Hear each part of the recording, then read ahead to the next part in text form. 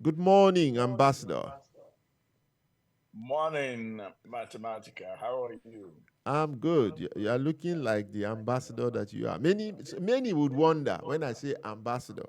Well, let me just announce that you are not just an ambassador, but like double ambassador, if not more than that. You are the honorary consul of the Antigua and Barbuda in Nigeria, and you are also a cultural ambassador for the continent of Africa. You have you you are one of the foremost tourism practitioners on the continent, founder of Motherland, and I think it's Motherland Ventures. I'm not sure what that one is. You are the president and founder of the Campaign Tropicana, Africa's foremost resort, and now you have now founded another one called IPADA, which is return. Let me tell you what our mutual friend, sent to me this morning when he saw the promo. It is, I'm talking about Tunde Kilani. Tunde Kilani. He sent me a message for you, for us, when he saw the promo of today's program. He says, you and your friend, Wanle, are still on this your motherland project. You have just renamed it IPADA. And this project started 20 years ago. This is Tunde Kilani saying all of this. Anyway, welcome to the show. Welcome He to the said show. we are still He said on we are still Motherland project. I will answer him in good time. So how are you doing, Ambassador? How are you doing? I am super duper duper super. Thank you. I'm doing well. Fantastic. And you are in Abuja, and you have been in Abuja for the past few days, promoting, another fascinating project with an intriguing name, IPADA, which is Yoruba for the return. What is it about? Tell us. All right. Tunde had yapped us this morning about Motherland beacons. I'm going to, if you permit me, let me start from there. Yes, go on. Okay. Go on. We in I think it was 1983. Wow. We went to Atlanta, Georgia, in the presence of Karl Masters, Andrew Young. I took the Olowo of at the time of blessed memory, and a lot of corporate people from the continent and some of our brothers in diaspora to a place called the Atrium in Atlanta, Georgia, where we launched Motherland Beacons, Heed the Call. It's a movement, it's a call.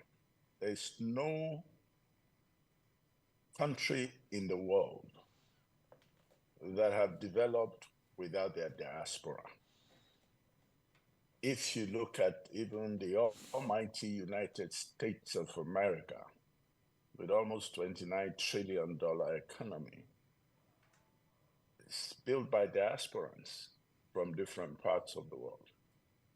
If you look at the power that Israel has today, Israel has a total population of 18 million people, only worldwide.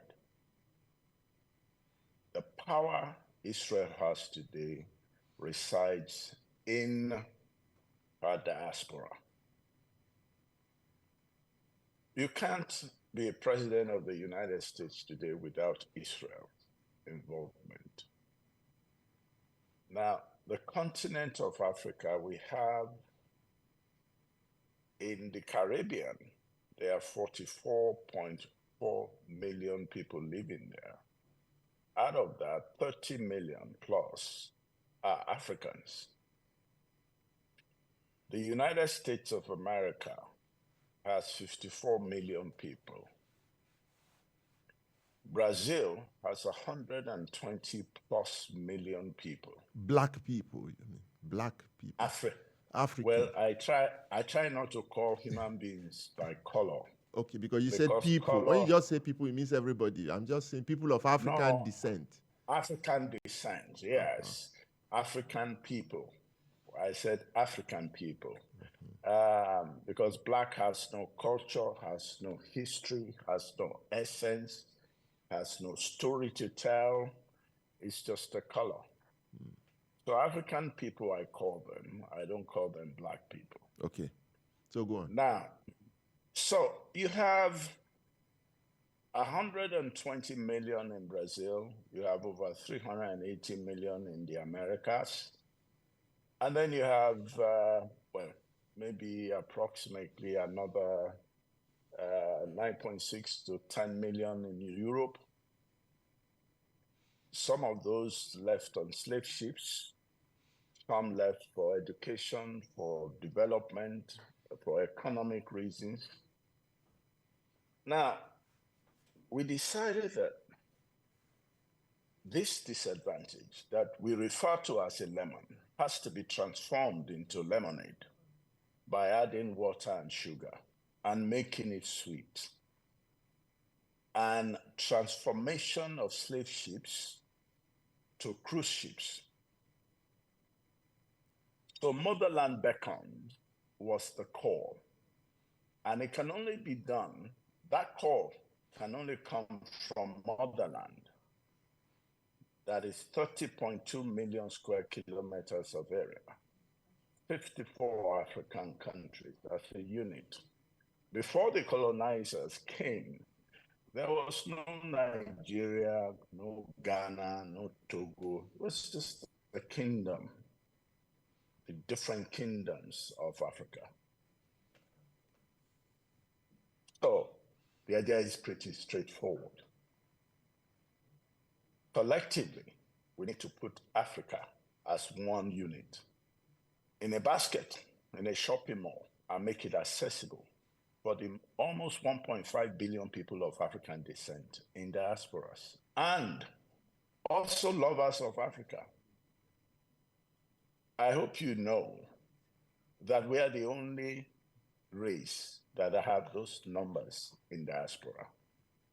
I'll share some statistics with you in just a moment that will disturb you mathematically.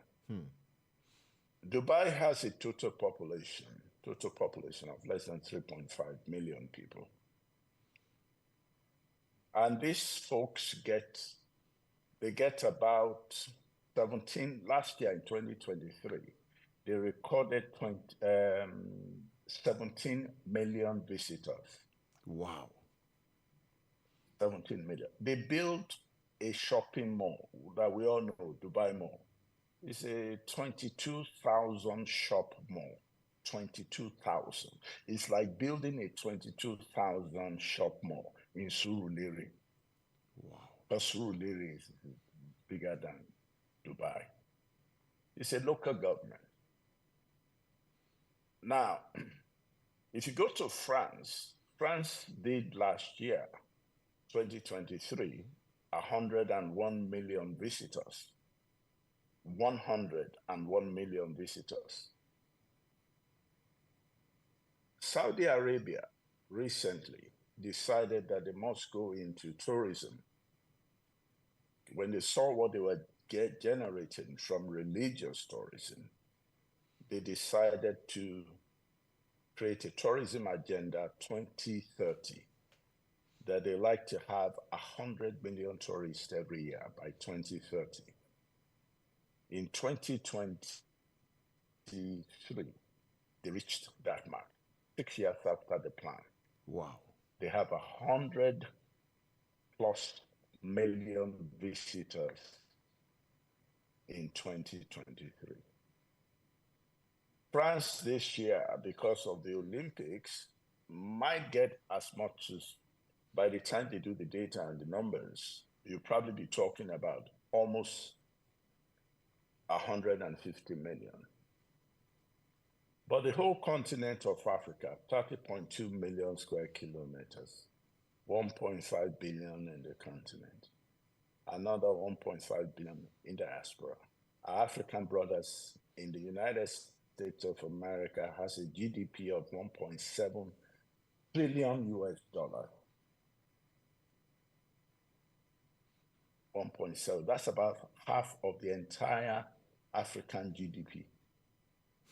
So there must be a concerted effort to bring them back, especially now that our dollar, their dollar is strong.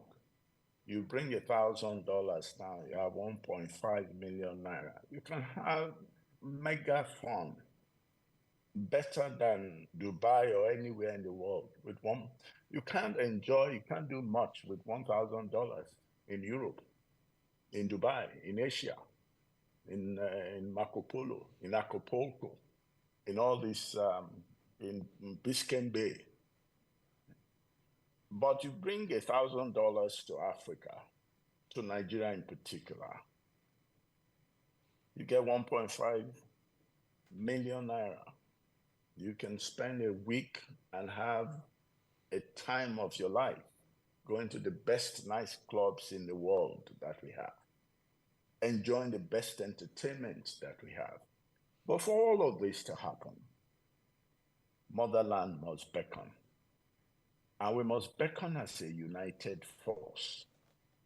We must beckon as one unit.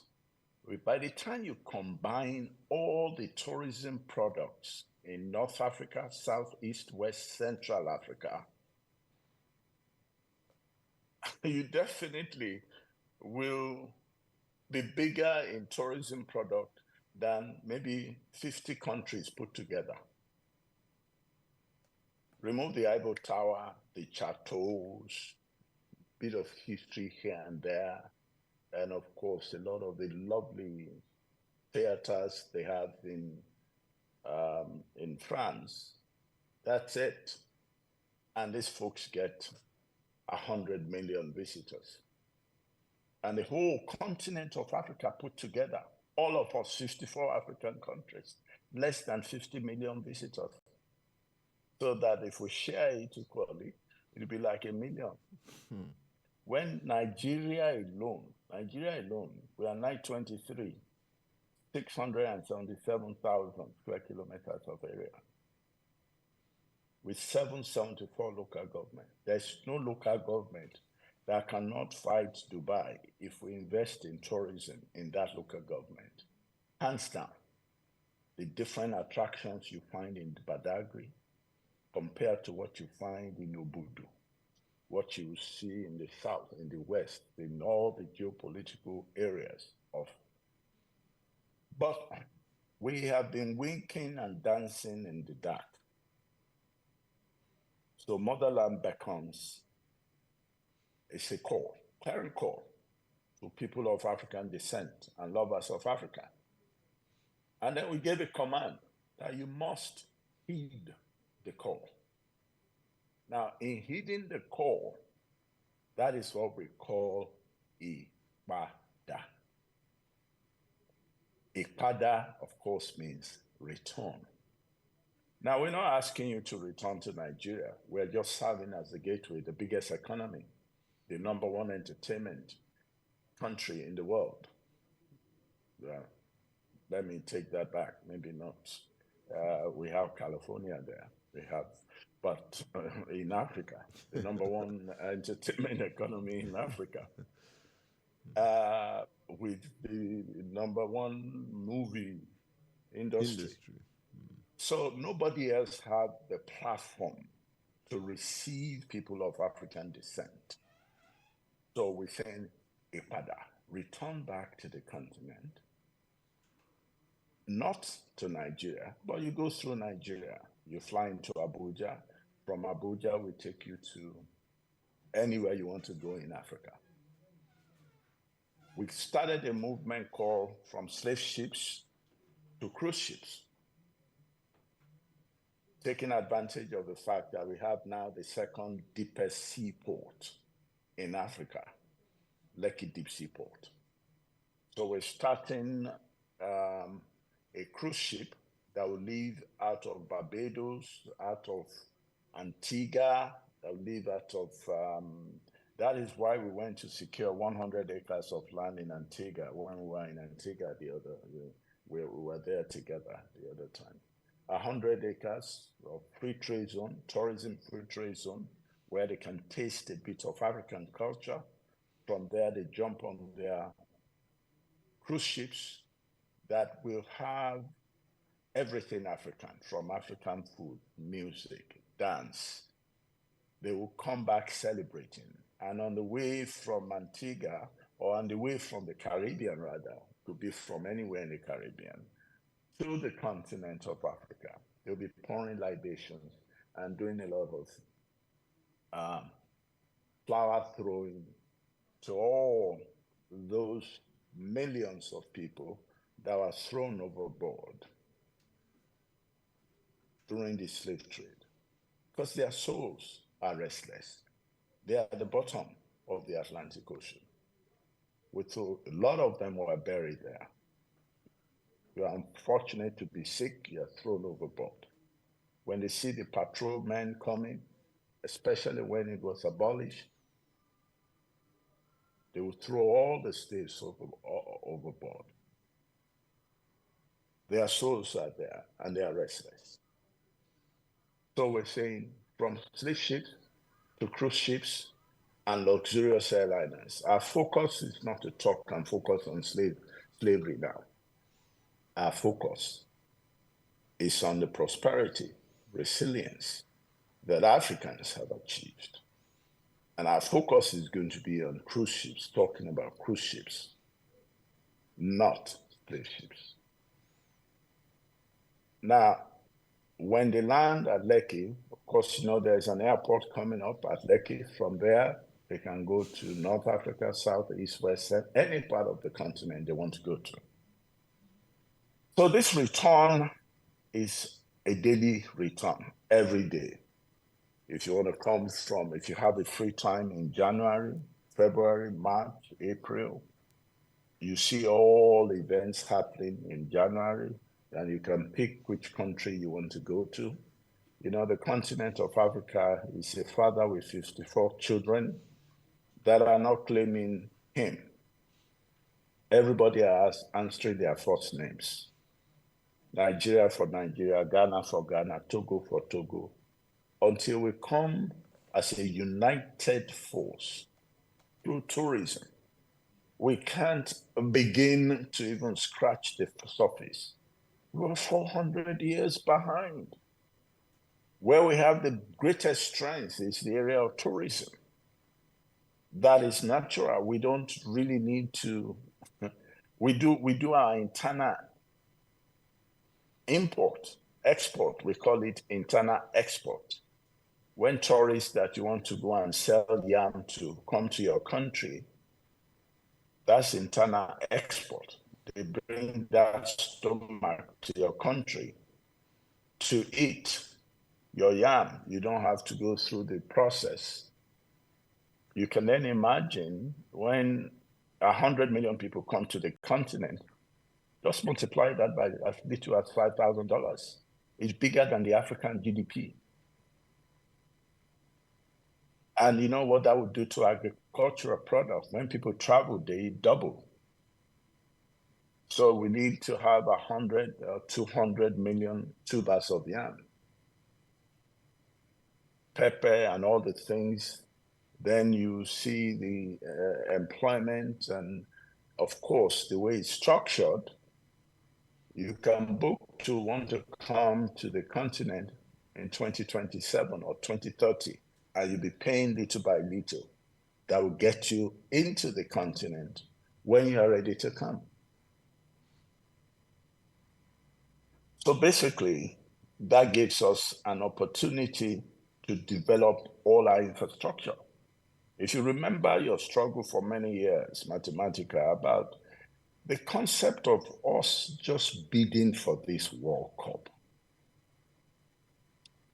They are winning the prize of World Cup way back 20 plus years ago. You came to me about this, that if we're able to do this, that is sports tourism. 65% of new businesses in South Africa today is from people that watched the World Cup, that saw how beautiful South, and those that visited, that started and established businesses. So when you bring people and they see your environment, it's not just about the sports tourism that brought them. If you can, I can't believe that Saudi Arabia today is bringing Mike Tyson to fight in South Africa. In Saudi Arabia. I can't believe that they brought in Ronaldo. They brought in world stars. They started with sports tourism, basketball, the whole works. They were gunning for 100 million in 2030. They have it already. Last year, 2023.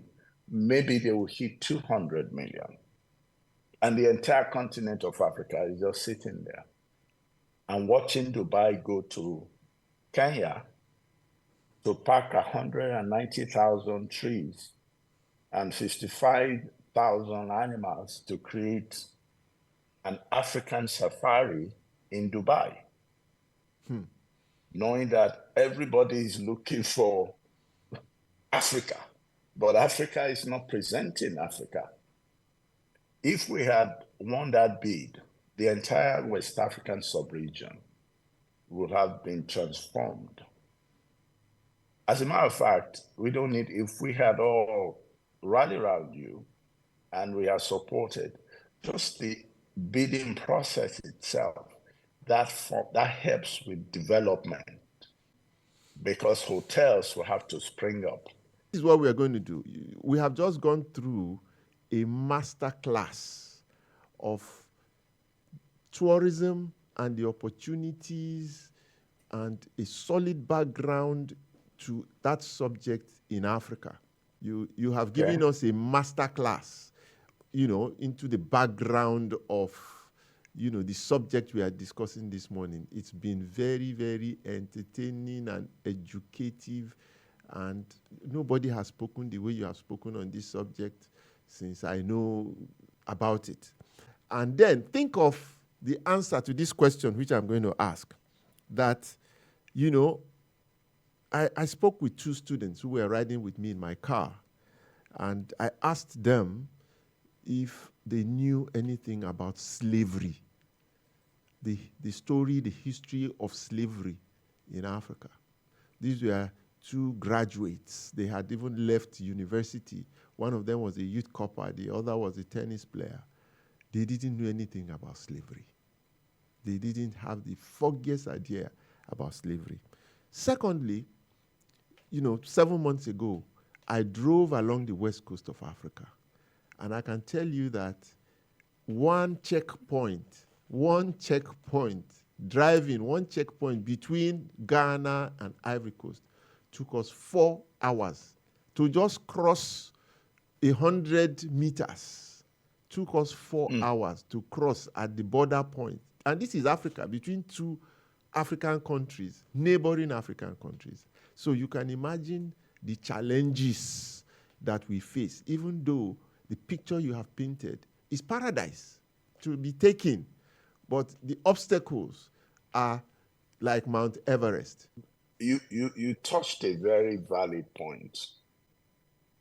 Slavery started in 1619, when the first Africans were brought, and they landed in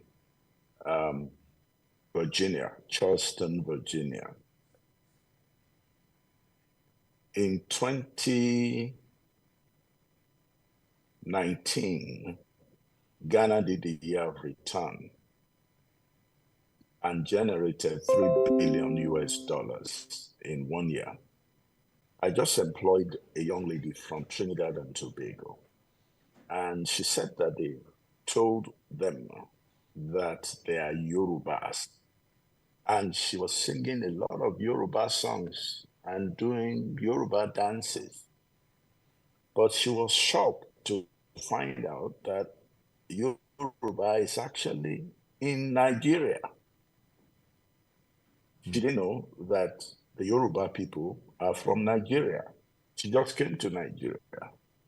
And she was excited to find out that her people are from Nigeria. The same thing, we must remember that we don't teach history any longer in our schools.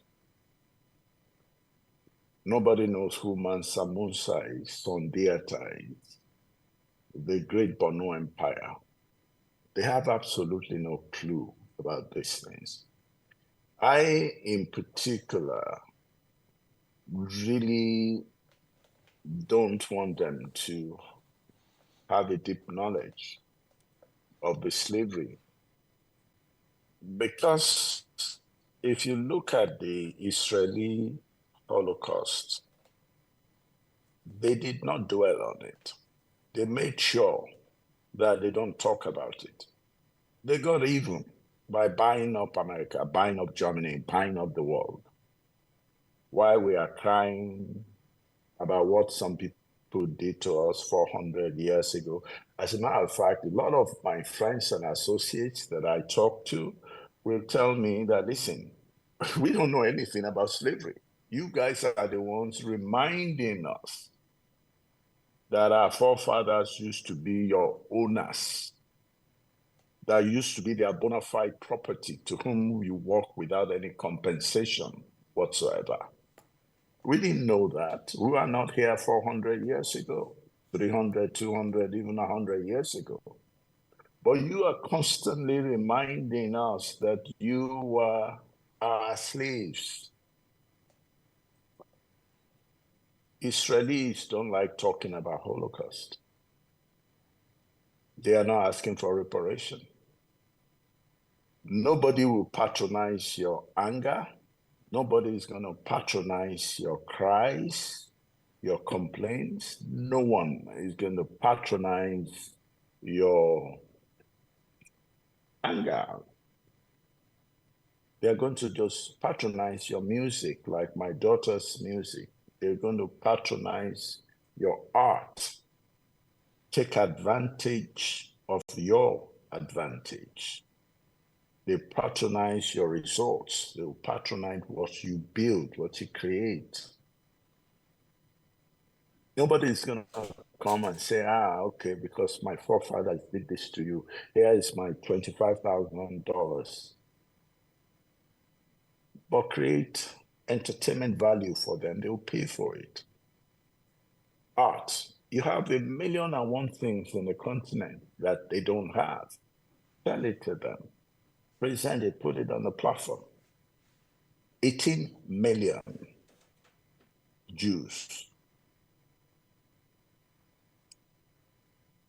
Taking the entire world. We are 3 billion people. We are bigger than China. China is 1.4 billion. India is about 1.45 billion now, bigger than China. The whole of India is on about 8.4, 8.5 million square kilometers of area only. The whole of China is on 9.3 million. The almighty United States of America is 10.1 million. If you put all three together, they will fit into Africa. Africa will swallow all of them without belching. We are 30.2 million. And we have all the natural resources in the world. We cannot be the wealthiest continent with all the natural resources and still be the poorest. It's not acceptable. This can only happen when we bring back our diaspora to the continent and make sure we provide it for them. You mentioned something earlier, my brother. You indicated very correctly that border movement or the challenges that we have. Challenges are there. If I perform 500,000 people coming to Benin and they want to spend $5,000, the president of Benin himself will wait for them at the border because he knows the implication of that to his economy. That is the bulldozer we need. If we had listened to you many years ago and we have done a collective effort on our coastline, we have 854 kilometers of beachfront coastline wasting away, all the way to Benin Republic. If we had looked at all of that then, 854 kilometers, and the whole of Dubai only have 70 kilometers. That's all they have. And and you have 5 million people saying they are coming to Ghana. Fufu himself will say, okay,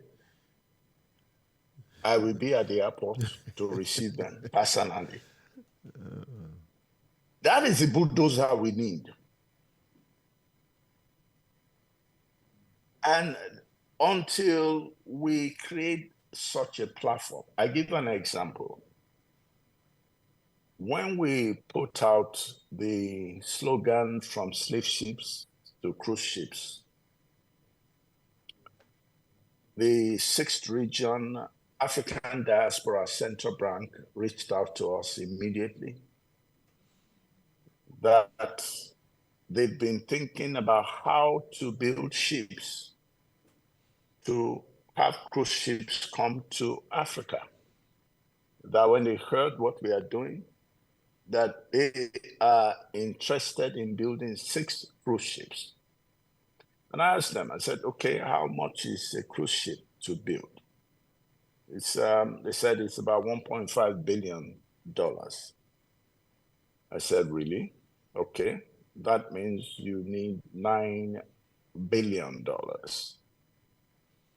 to build 6. They said, yes. I said, do you have $9 billion? They said, we're ready to start tomorrow. Wow.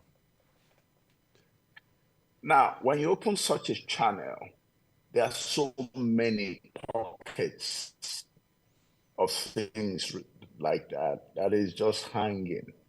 You don't know how to hoist it and what to hoist it on. Airpiece you didn't even... Sorry, let's talk about that too as you continue. Airpiece Airline was going to, and I think is still going to, serve as, a bridge between the Caribbean and Africa, just in line with what you're doing with the ships. Airpiece is proposing to serve. Absolutely. That was the reason why we travel with Airpiece, that spend my time, energy, because that is so critical. I hope you know that from the resort to the Caribbean, it will take us about 6.5 hours flight across the swimming pool. I call it a swimming pool, the Atlantic Ocean. Wow. That's all. 6.5 hours. I'm in Antigua, relaxing. It's just like me going from here to Kenya or Rwanda. Okay, Rwanda is about 4.5 hours. Okay? All that separates us is a little swimming pool that they call the Atlantic Ocean. Because they came through the swimming pool by raggedy old boats, raggedy wooden boats. They didn't have cruise ships then. So they came, and now if I want to go to Antigua, I have to first of all fly to London, about 6.5 hours. That's like going north, then come back down south, 8 hours. Almost 15 hours.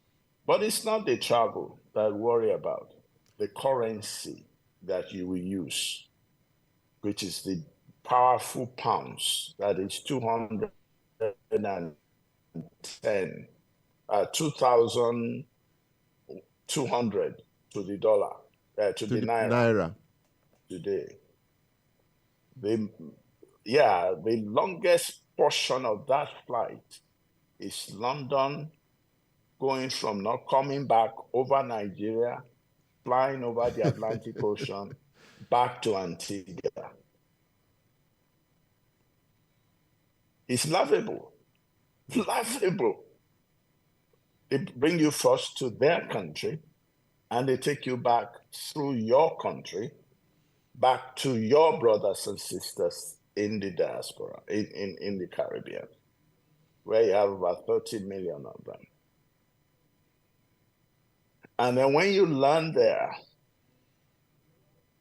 you have used, they will have given, before airpeace crashed the price of flights, all right, it was almost going to 15 million to go to London.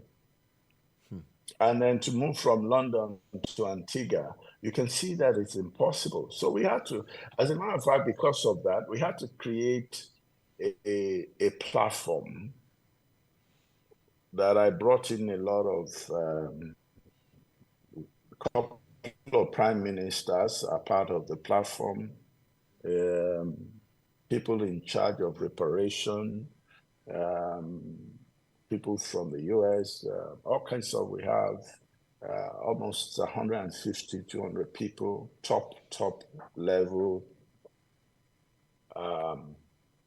people, where we talk about IPADA. Because for us, IPADA is not only when you come to Africa physically. IPADA is about when you, wherever you are, you're thinking and planning for Africa. And next week, Tuesday, will be our 91st meeting, 91. We meet every week for the past 91 weeks. Wow.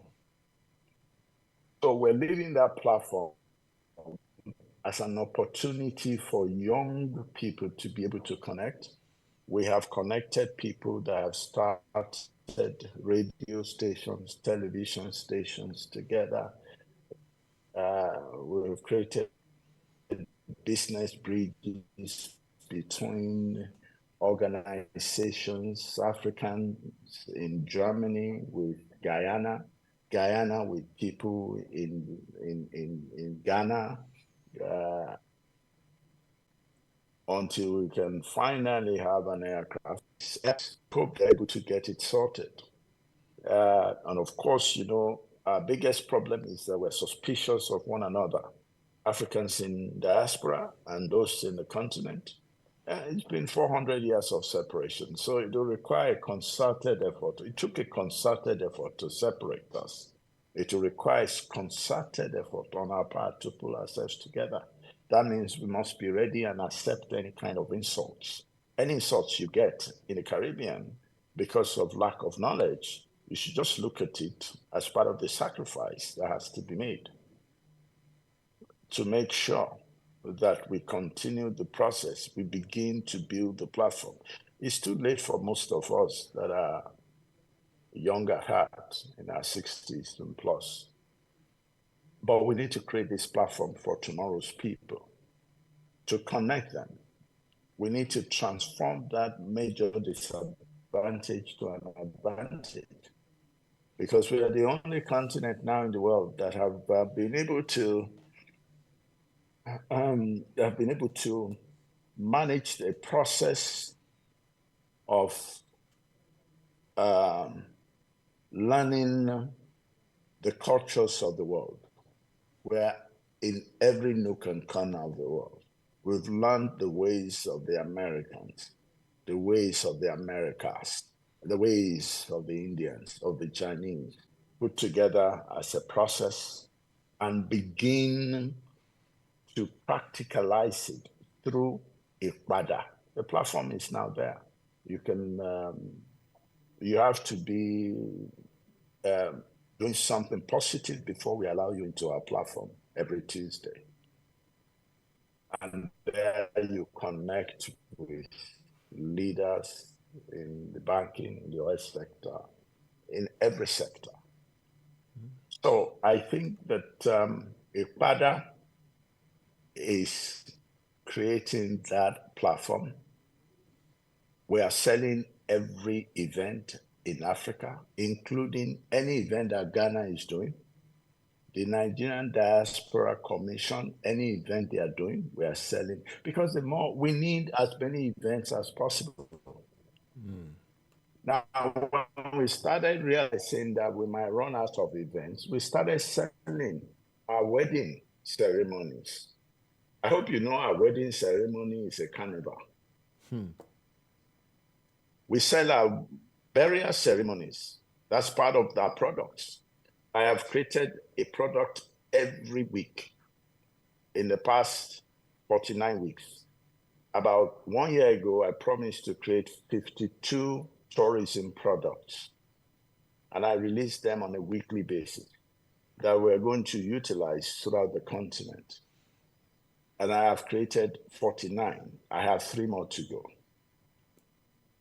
Then those 52 tourism products will then now be replicated throughout the continent of Africa. The 52 tourism products, because I realized that it's because people are really not familiar with tourism. They don't know what to do. They think it's about, and I did my master's in it in 1983. FIU, Florida International University, one of the best universities in the US.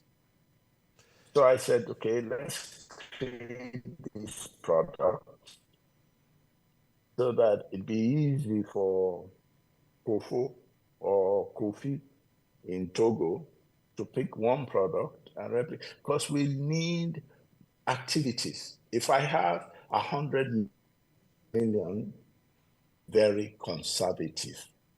But a lot of our associates are saying that with the noise we're going to make, we must be prepared for 100 million. To have things like Nefertiti, Queen of Africa pageant, where we pick the most beautiful African woman in the world. People from Brazil can compete, as long as you're an African, and you have participated in a pageant, and you come between 4th to 5th, you are eligible to. You are not representing any country, you are representing yourself. When you win, you get $25,000. You get 1 acre of land in any African country you choose. You get investment of shares issuance by different corporations throughout Africa. You become a global ambassador, meeting presidents all over Africa. We're picking our own most beautiful African woman in the world, not what Miss Universe will pick for us. Then we have AIM Festival, which is Africa International Music Festival, that will have 3 artists from each of the 54 African countries performing over a period of 3 days. So you can come and experience music from North, South, East, West, and Central Africa. Then we have O'Shea Award, which is an award we give to that African that made us proud. We are thanking them for making us look good, just like we never celebrated Pelé the way we should have before he died. Muhammad Ali, Sidney Poitier, and a lot of them like that. So we're going to pick one, and we give them 21 chieftaincy titles from North, East, West, Central Africa, 1 day, and they get 21 plots of land to build a structure of their vocation in Nigeria. All right. Then we have 1 kilometer of African food. All the 54 African food will be on the beach. Then you have the Carnival train. Kano State is bringing 150 to 200 Doba, first ever Doba on the beach in the world. All of that is taking place at La Campagne Tropicana. It's at La Campagne.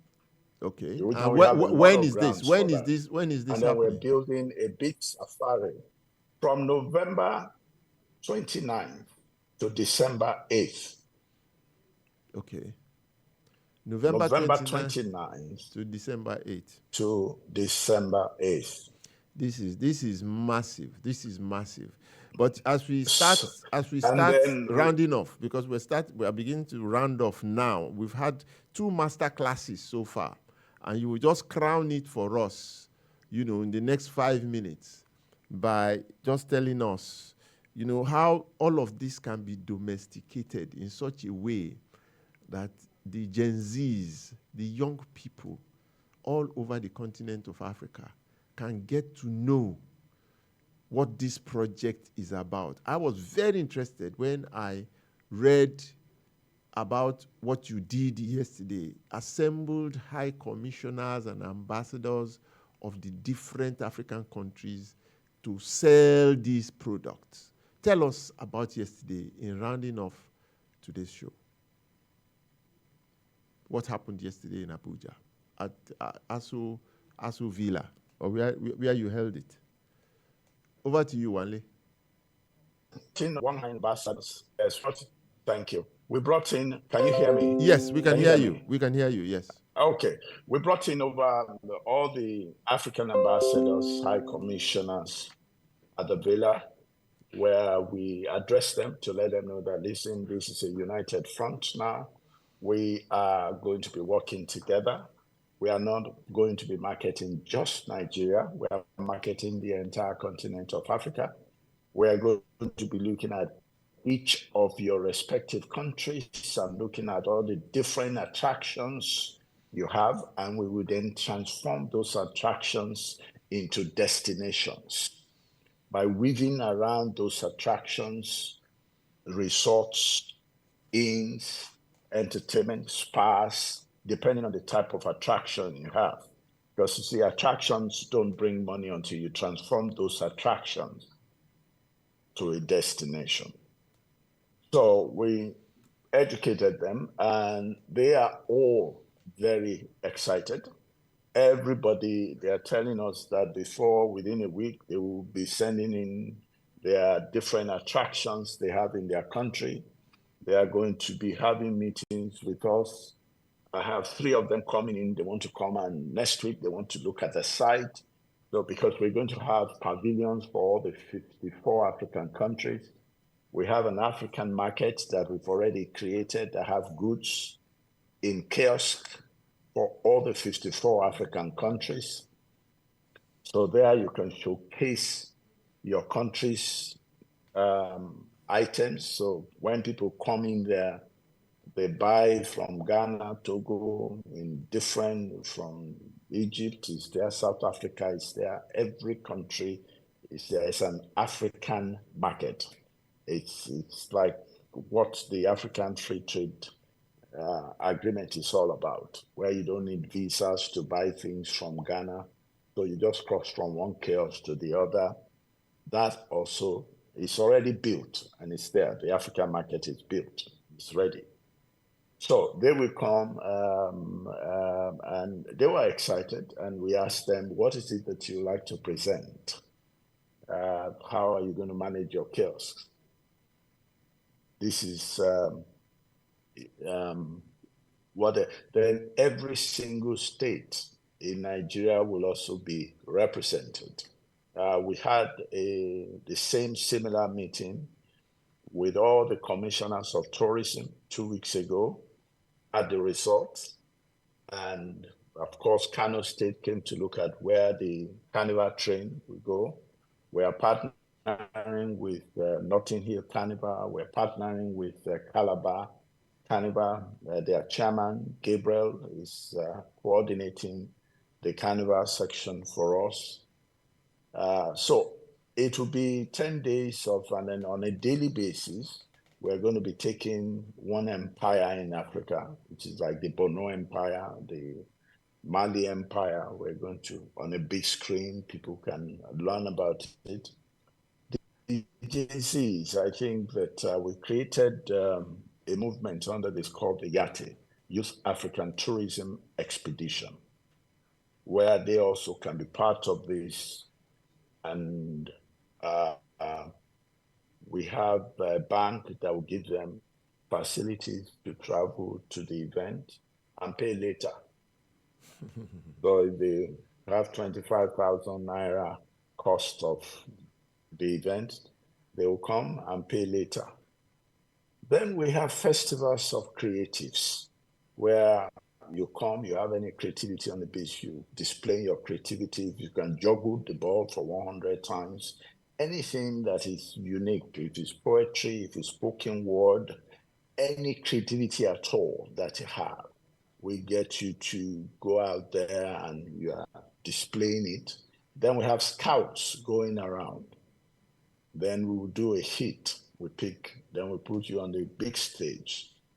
Then there will be quarterfinals, there will be semifinals, and then there will be finals. The winner will be win from the total winning price is $3,000 spread between the first, second, and third prize.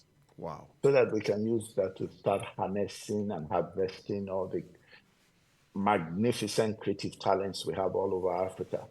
And these festivals of creatives is not going to be just for Nigerians. So if you are Ethiopian, you have something, you can somersault 1 million times, come and show us. Let us see what you have that is unusual, that is creative. Wanle, And of course, my brother, we started with a quote from TK. We are going to end with a quote from TK. And, he thinks that you are an endlessly unrepentant, imaginative, and creative genius. That's what he thinks you are. That's what I also think you are. Because you're coming from a TK, that is the biggest client. That's the biggest. That coming from a genius like TK, then that's the biggest compliment I can get anywhere in the world. Well, on behalf of all Africans, having known you through so many decades of our lives, I want to thank you for your contributions to the reunification of the black race, for the birth of a renaissance of African and black civilization.